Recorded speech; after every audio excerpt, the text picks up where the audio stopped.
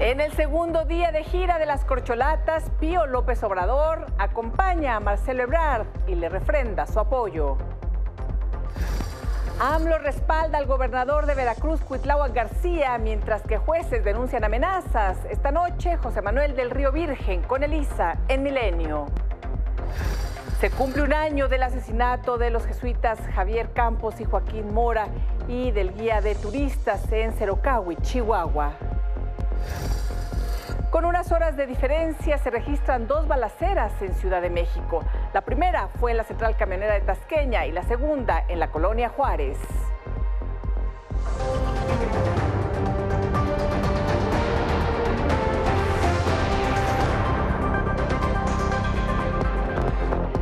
En su segundo día de recorrido, Marcelo Ebrard estuvo acompañado en Ecatepec por Pío López Obrador, hermano del presidente. Vamos con toda la información. Bienvenidas, bienvenidos. Apoyar el día de hoy. Sí, claro. ¿Por qué este apoyo? Porque ya lo comenté, ¿no? Es el que garantiza la continuidad de la cuarta transformación.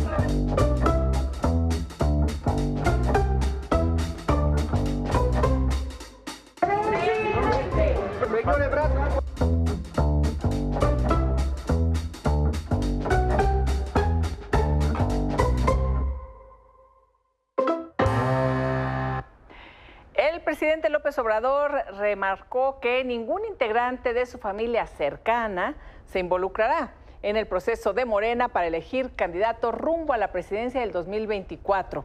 Esta declaración la dio luego de que, recordarán, ayer Marcelo Ebrard propuso a Andy López Beltrán para dirigir la Secretaría de la Cuarta Transformación. Hoy dijo esto el presidente.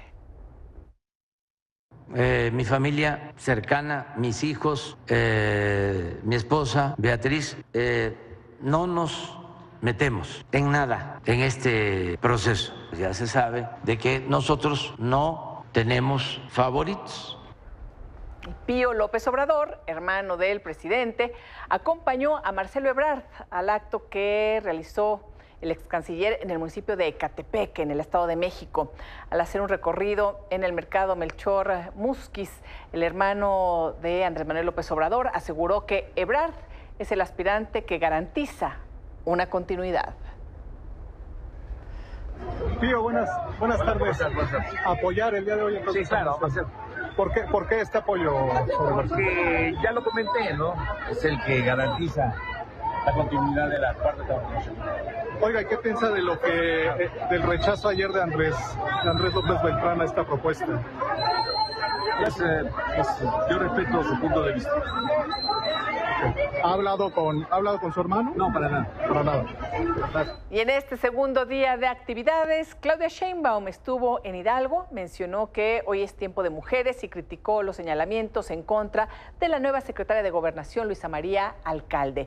Marcelo Ebrard, en su gira por Ecatepec, allá en Estado de México, señaló que los aspirantes que no realicen propuestas, sus acciones serán vistas como visitas turísticas por aquello de las reglas del INE y lo dicho por Mario Delgado. Adán Augusto López en Zacatecas hizo un llamado a Sheinbaum, Ebrard y Monreal para mantener la unidad y se quejó que medios omiten la difusión de sus actividades. Ricardo Monreal, de gira por Toluca, señaló que durante su trayecto vio decenas de espectaculares de las llamadas corcholatas.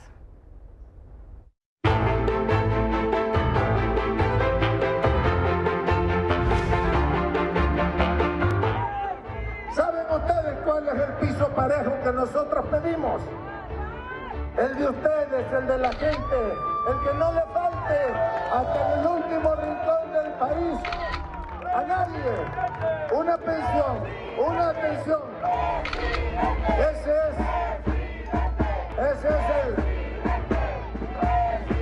es el piso parejo.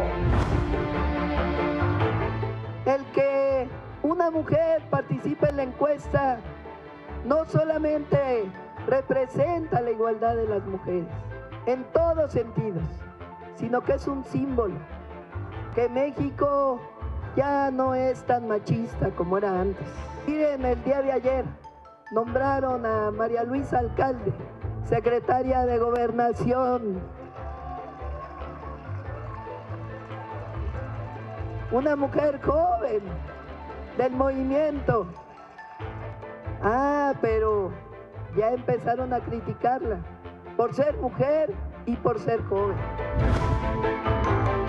Soy un hombre limpio que los mira a la cara y que estoy claro de lucidez, al 100% de lucidez, al 100% de salud y al 100% de amor por México. Va a haber un recorrido, dicen que no hagamos propuestas, pero que va a haber un recorrido por todo el país, o sea, como si fuera visita turística, si no va a haber propuestas, si no va a haber diálogo, y si no respondo a lo que ustedes me acaban de decir. Entonces, se inició un recorrido para dialogar con las personas a lo largo de toda la República, para respondernos una pregunta. Y Gerardo Fernández Noroña del PT continúa en Oaxaca, ahora estuvo en Guelatao. La gente tiene derecho al ocio, al descanso. Aquí, por ejemplo, yo les digo, leer un libro, ir al cine. ¿Qué cine va a haber acá? Pero así hay acá. Ah, chingado, ya me sorprendieron, cabrón, porque hay ciudades medianas que no tienen un cine. Que no tienen un cine. La gente tiene derecho a acercarse al arte, al... Y como lo adelantó en este espacio la expresidenta de Morena, Jade Kolpolemsky, recurrió al Tribunal Electoral para impugnar la exclusión de su partido como aspirante a la candidatura de Morena rumbo a la presidencia del 2024. Fue la noche de ayer cuando la exsenadora promovió ante el tribunal un juicio para la protección de sus derechos político-electorales. Y en Hidalgo, la dirigencia estatal del PRI, así como diputados locales, renunciaron a la militancia. Aseguraron que se debe a las prácticas e imposiciones que hay desde la dirigencia nacional del partido. Han echado abajo el trabajo de hombres y mujeres priistas. Han limitado la voluntad y la voz de los liderazgos locales y han comprometido el rumbo del partido. Las decisiones y las acciones de la dirigencia nacional nos obligan a repensar nuestra pertenencia al partido y a tomar acciones contundentes para expresar nuestro rechazo al rumbo que ha tomado el PRI desde hace 4 años. La hidalguense y secretaria del PRI nacional, Carolina Villano, mandó un mensaje sobre estas renuncias en su partido. Señaló que traicionan al pueblo de Hidalgo y que son comparsa de Morena a cambio de un pacto de impunidad. Quienes hoy renuncian nos dejan claro que no solo usaron al PRI para ocupar posiciones. Prueba de ello es que renuncian al partido, pero no al cargo por el que cobran.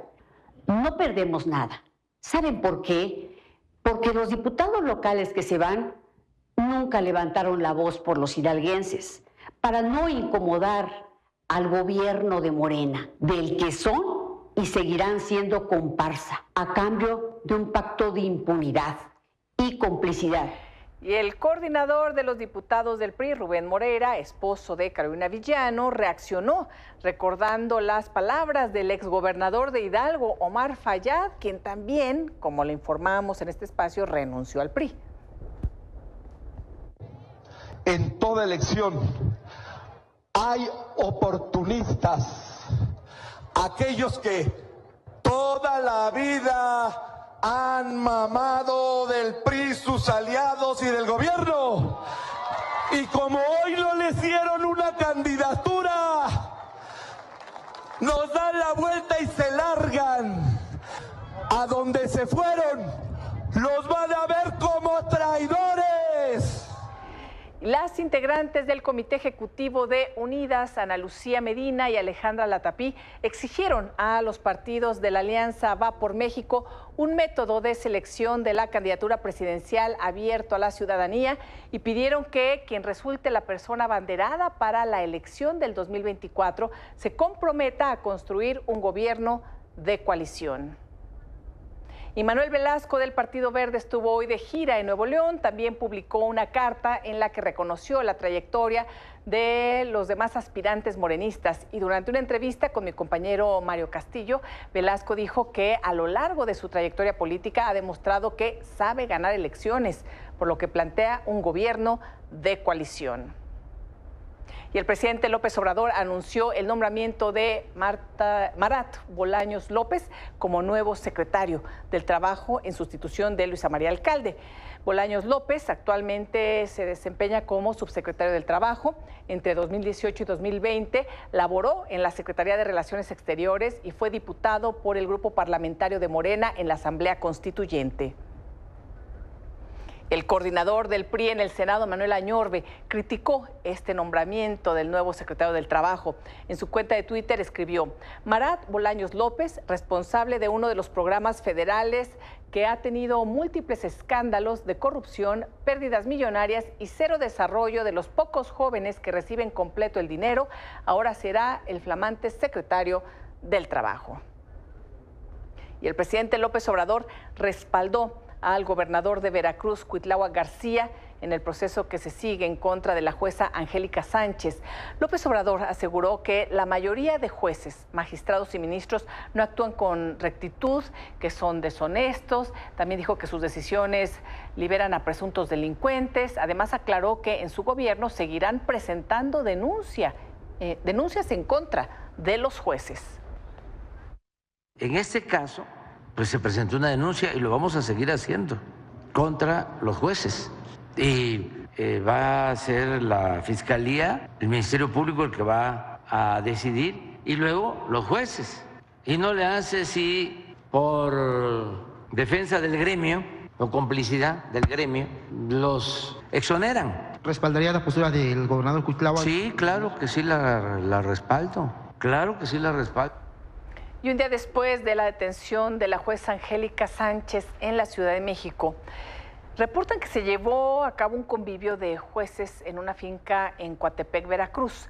Los jueces que acudieron a la reunión denunciaron que se les dio un mensaje de parte del gobernador Cuitláhuac García, quien les advirtió que podrían tener el mismo destino que la jueza Angélica Sánchez, así como una vigilancia constante a su trabajo. Cuitláhuac García negó este encuentro y aseguró que ni los conoce.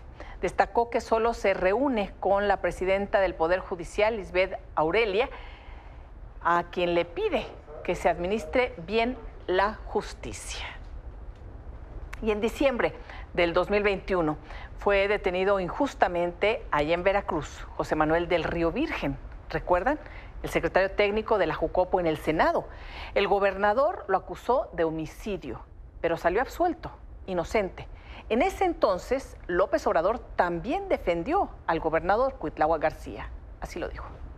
Tengo mucha confianza al gobernador Cuitláhuac García. Creo que es uno de los mejores gobernadores que ha tenido Veracruz. Es incapaz de llevar a cabo una injusticia. En este caso, las autoridades que están analizando el asunto, porque además es apenas una instancia que resuelvan con apego a la verdad, sobre todo, no solo con apego a derecho. Bueno, finalmente salió hace un año, 3 días del penal de Pacho Viejo, precisamente, José Manuel del Río Virgen, preso político de Cuitláhuac García. Señaló que hay que visibilizar a los inocentes que están en las cárceles. Esto mencionó justo cuando acababa de salir del penal. Dejo aquí, pues,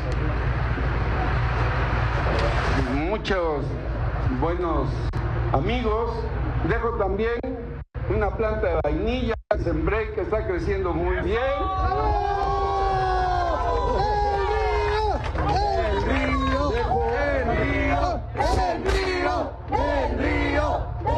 Dejo algunos libros, pero lo que más me duele dejar aquí en este penal es a otros internos que son absolutamente inocentes. Así es que ojalá, Maru, y la fuerza de la prensa, que fue la que a mí me dio la oportunidad de que se visibilizara el problema de que me traían aquí secuestrado, aquí como preso político por diferencias de opiniones. Ojalá y se pueda seguir haciendo con muchos que son inocentes. José Manuel del Río Virgen, gracias por estar con nosotros esta noche. José Manuel, qué gusto. Qué gusto saludarle, Elisa, saludar a su auditorio, y qué gran momento me acaba de dar recordar que hace 1 año y 3 días obtuve mi libertad de una cárcel espantosa donde ahora la juez Almangélica Sánchez está sufriendo junto con otros inocentes.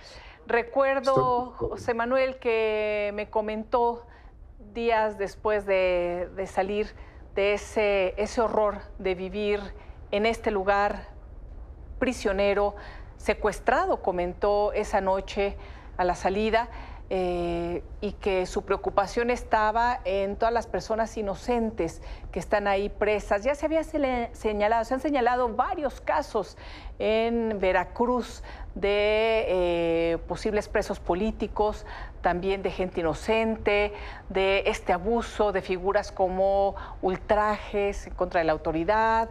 En fin, José Manuel, lo había señalado el gobernador Cuitláhuac de homicidio. ¿Qué reflexión hace? ¿Qué está sucediendo en Veracruz?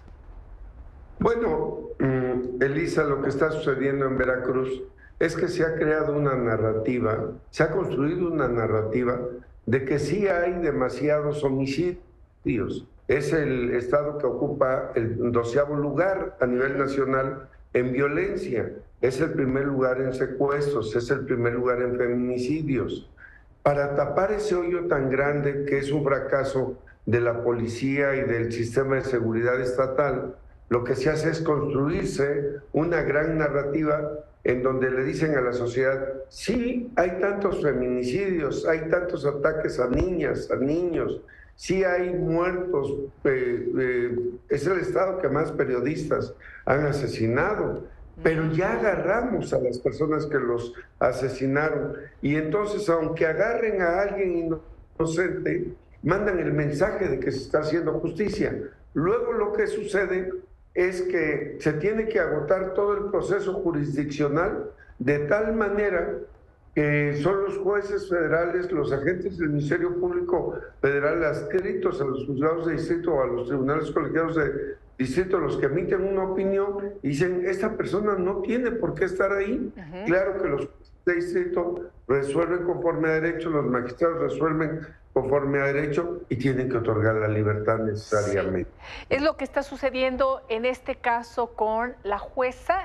Por lo que entiendo, tenían ya este amparo o esta suspensión por parte de la justicia federal, y entonces en su caso tienen que actuar los jueces locales, y por ello pues habían ordenado la libertad de esta persona, que tengo entendido tampoco ha concluido un proceso. En fin, hay como mucha confusión, y este discurso también se suma al discurso del presidente, en donde se señala a los jueces, a los magistrados, a los ministros, a las ministras como parte de los culpables de esta situación que se vive. ¿Hacia dónde vamos? ¿Qué se puede hacer en este caso cuando hay un respaldo desde el Poder Ejecutivo Federal? Bueno, cuando se toman ese tipo de posiciones se habla de un Estado autoritario. Sartori lo dice muy claramente, que es el Estado autoritario, y cómo opera, cómo actúa, opera utilizando las instituciones de justicia pues para encarcelar enemigos políticos, para encarcelar a personajes incómodos, o para construir la narrativa exactamente de que se está atendiendo la criminalidad en un estado.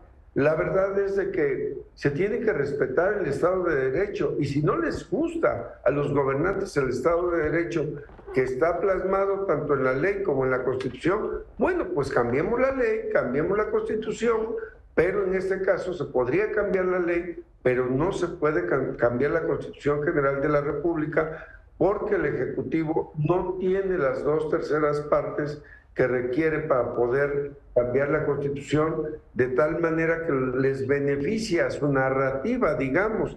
Yo no creo un Estado que quiera construir culpables por el simple hecho de que así va a apaciguar y va a tener la paz social. Yo creo un Estado que tiene que defender el Estado de Derecho, porque a ellos mismos les conviene. Mire usted, en el caso de Veracruz, los dos anteriores fiscales que ha habido, tanto el de Duarte, Javier Duarte, como el fiscal de Miguel Ángel Yunes Linares, terminaron en la cárcel. También, sí. Sí, Winkler, también hay muchos casos ahorita en Veracruz que se han registrado que, pues bueno, hay preocupación también. Comentaba José Manuel la fuerza de la prensa y cómo fue un factor importantísimo para su liberación, además de que, pues bueno, ustedes... una persona de altísimo perfil, secretario técnico del Senado, con la confianza y el cariño de muchísima gente, de legisladores de todos los partidos, en particular de Ricardo Monreal, de Dante Delgado, y aún así lo detuvieron, y aún así estuvo preso en este penal. ¿Cuánto tiempo, José Manuel? Exactamente, estuve 4.576 horas detenido, estuve exactamente, me faltaron unas horas para cumplir 6 meses en una celda de 2.50 de largo por 1.50, con un patio pequeñito en donde podíamos cohabitar 4 personas privadas de la libertad. Por cierto, los otros 3, de los otros 3 compañeros que estaban conmigo, 2 ya salieron, fíjese. Y debo decirlo con toda sinceridad, que me da mucho gusto porque el tercero que falta por salir de los compañeros que estuvieron conmigo, está por darse la audiencia constitucional entre la otra semana exactamente, el próximo jueves será la audiencia constitucional, y yo no tengo la menor duda de que también saldrá, porque ese cohabitar me permitía hurgar, investigar, platicar con ellos y saber el tamaño de maldad que podían hacer, porque eran muchas horas las que podíamos platicar en el día. Así es que tendrá que salir, porque ese muchacho, que es un jovencito indígena, no tiene nada que ver en el crimen que le están por el que lo están responsabilizando.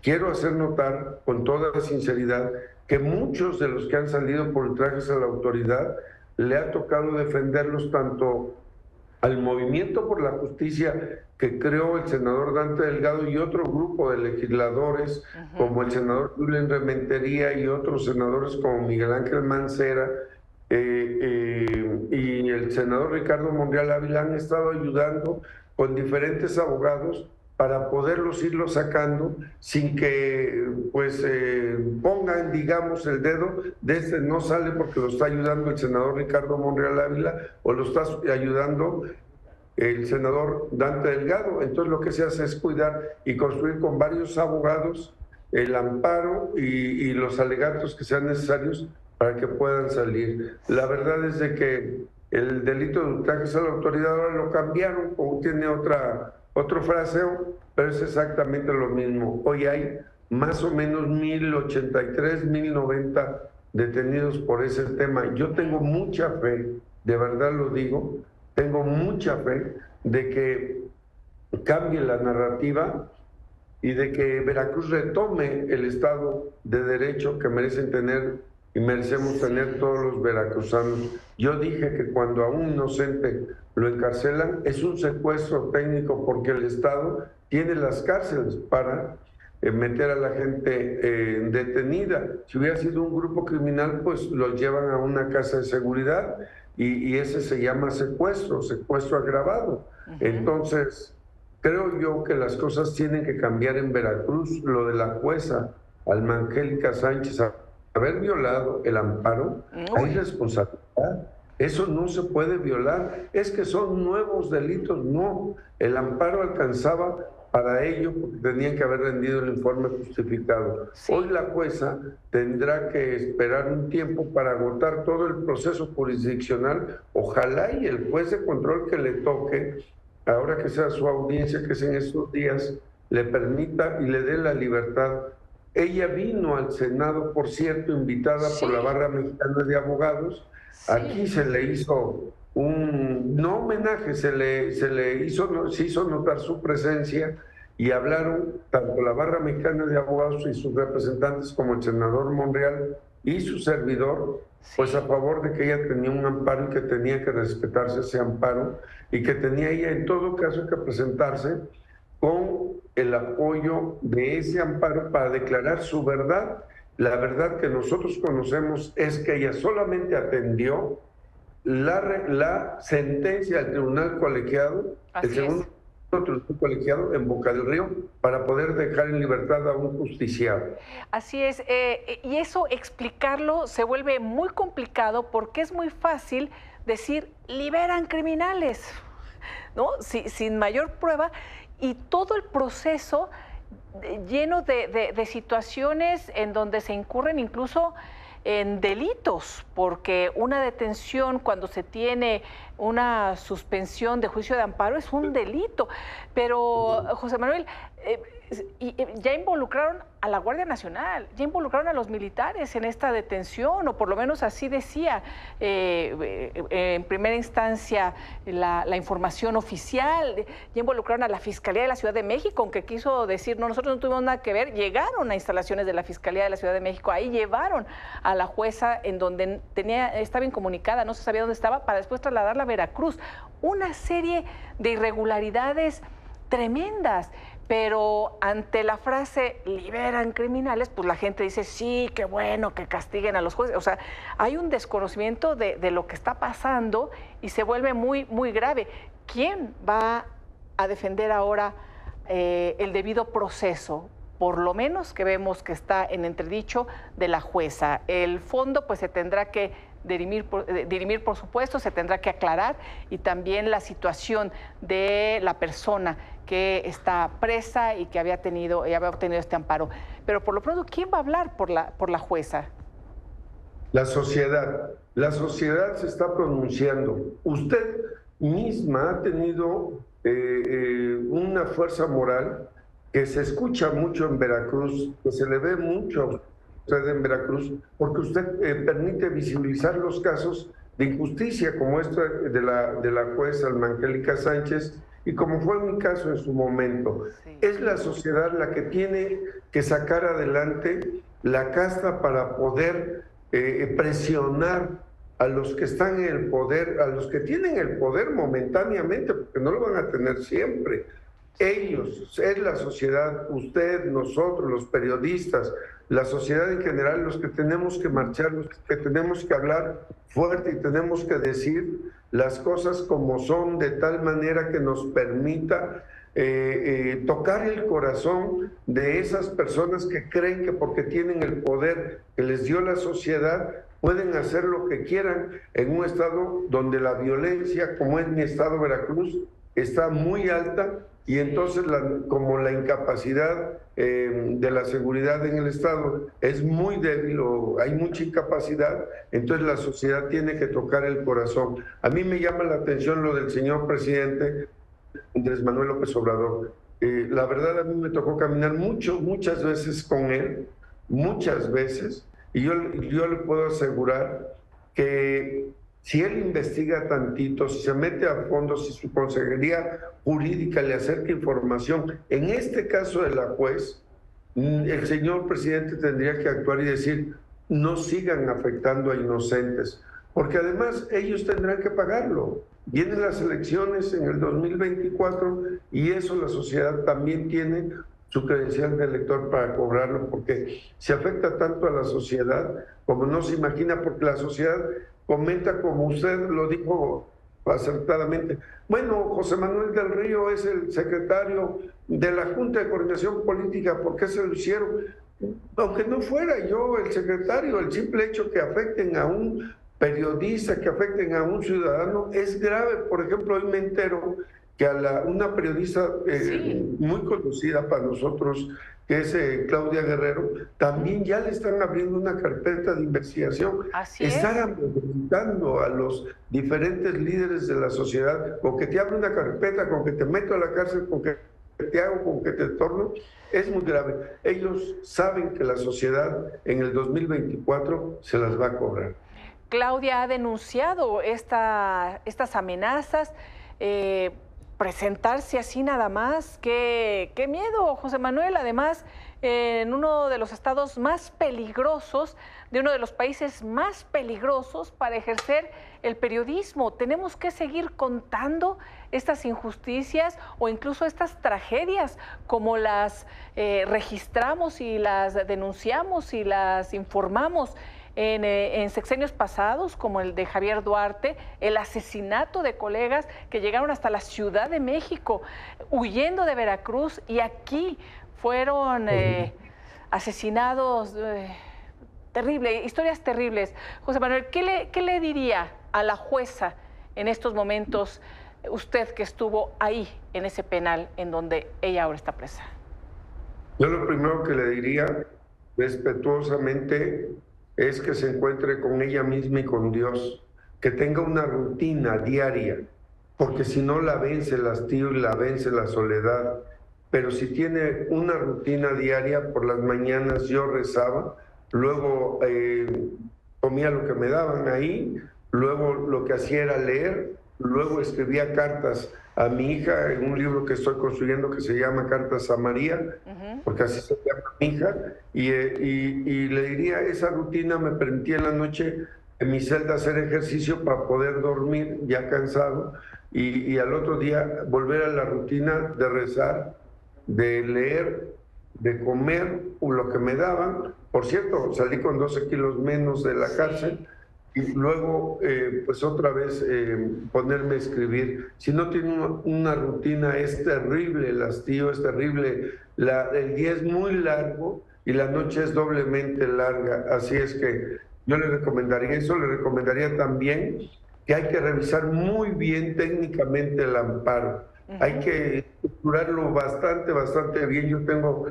la fortuna de ser doctor en ciencias jurídicas, de conocer un poco de amparo, y también soy doctor en ciencias administrativas. Así es que me permitía revisar con mis abogados despacio, muy despacio el amparo, y construirlo bien.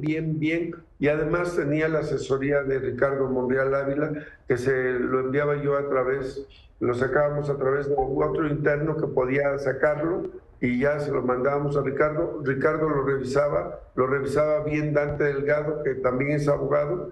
Ya que lo tenía, yo ya mandaba firmado el amparo, y ya que lo tenía, entonces se metía el amparo para que llegara perfectamente. Por eso el juez de distrito, cuando me concedió el amparo liso y llano de las 11 inferencias que construyó indebidamente el juez de control, pues todas se las tiró abajo, y luego el tribunal colegiado, pues también, porque no había una sola razón para que me hubieran tratado como me trataron, la forma en que me bajaron con las armas largas, como me trasladaron, como me maltrataron, y mucho menos estar en un penal. Cuando yo me dedico a escribir libros de economía, cuando yo me dedico a en la Escuela Superior de Economía en el posgrado, cuando me dedico aquí a atender a los senadores y a las senadoras, cuando no tengo ni siquiera una multa de tránsito, porque nunca he permitido que ni siquiera, de verdad, ni siquiera mis colaboradores, que siempre procuro que sean jóvenes a los que voy enseñando, nunca les he permitido que hagan alguna cosa que les pueda afectar en su nombre. José Manuel del Río Virgen, un año después, un año, unos días, qué bueno escucharlo así, libre, absuelto, inocente. Y gracias también por la información, por la reflexión en estos momentos en donde es necesario. Muchísimas gracias, José Manuel del Río Virgen. Muy buenas noches. Elisa, muchas gracias. Siempre la voy a recordar. De verdad, con mucho agradecimiento. Gracias, José Manuel. Buenas noches. Una pausa y volvemos. Habitantes de Nuevo León se encuentran preocupados por la falta de energía eléctrica y es que en esa entidad se están registrando temperaturas por encima de los 40 grados. En días pasados, más de 70 colonias de los municipios de Monterrey, Escobedo, Guadalupe, San Pedro Garza García y Santiago se quedaron sin luz, incluso algunas sin agua potable. Ante esto, el Congreso de Nuevo León hizo un llamado a la CFE para resolver este problema. Una pausa y volvemos. Hasta aquí la información, gracias por su atención. Los espero mañana en este espacio de noticias. Los dejo con toda la información financiera y económica con Manuel Somoza. Manuel, buenas noches.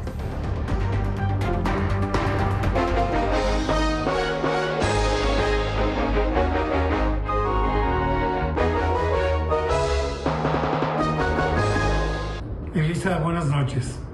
Hoy tuvimos bolsas donde el denominador común fue la toma de utilidades y por eso bajaron prácticamente todos los índices. Lo más relevante vino de China, vino un anuncio donde el Banco Popular de China bajó la tasa de interés para tratar de animar esa economía, que por supuesto no ha logrado repuntar en lo que va del año. Yo creo que la medida es buena, pero va a tomar un poco más de tiempo. Pero lo que sí se recibió bastante bien fue el hecho de que se hayan reunido el secretario de Estado Blinken y el presidente, bueno, el ministro chino con su presidente Xi Jinping, y hayan hablado para tratar de eliminar las fuertes tensiones que hay entre los dos gigantes. Esto es una buena noticia para ellos, pero también para el mundo. La atención en México ahora está puesta a lo que hará Banco de México en la próxima reunión de política monetaria, donde todos estamos esperando que ya no suba más la tasa de interés. Y todavía vamos a ver el día de mañana las declaraciones de Jerome Powell ante el Congreso de los Estados Unidos, donde va a platicar sobre el estado de la economía y la política monetaria que piensa seguir la Reserva Federal. O sea que todavía nos quedan algunos días interesantes. Los mercados, como dije al principio, tomaron algo de utilidades, es lógico. Yo veo una especie de pausa, acaba de iniciarse el verano y siempre las cosas van un poquito más despacio. Es mi comentario, muy buenas noches y muchas gracias.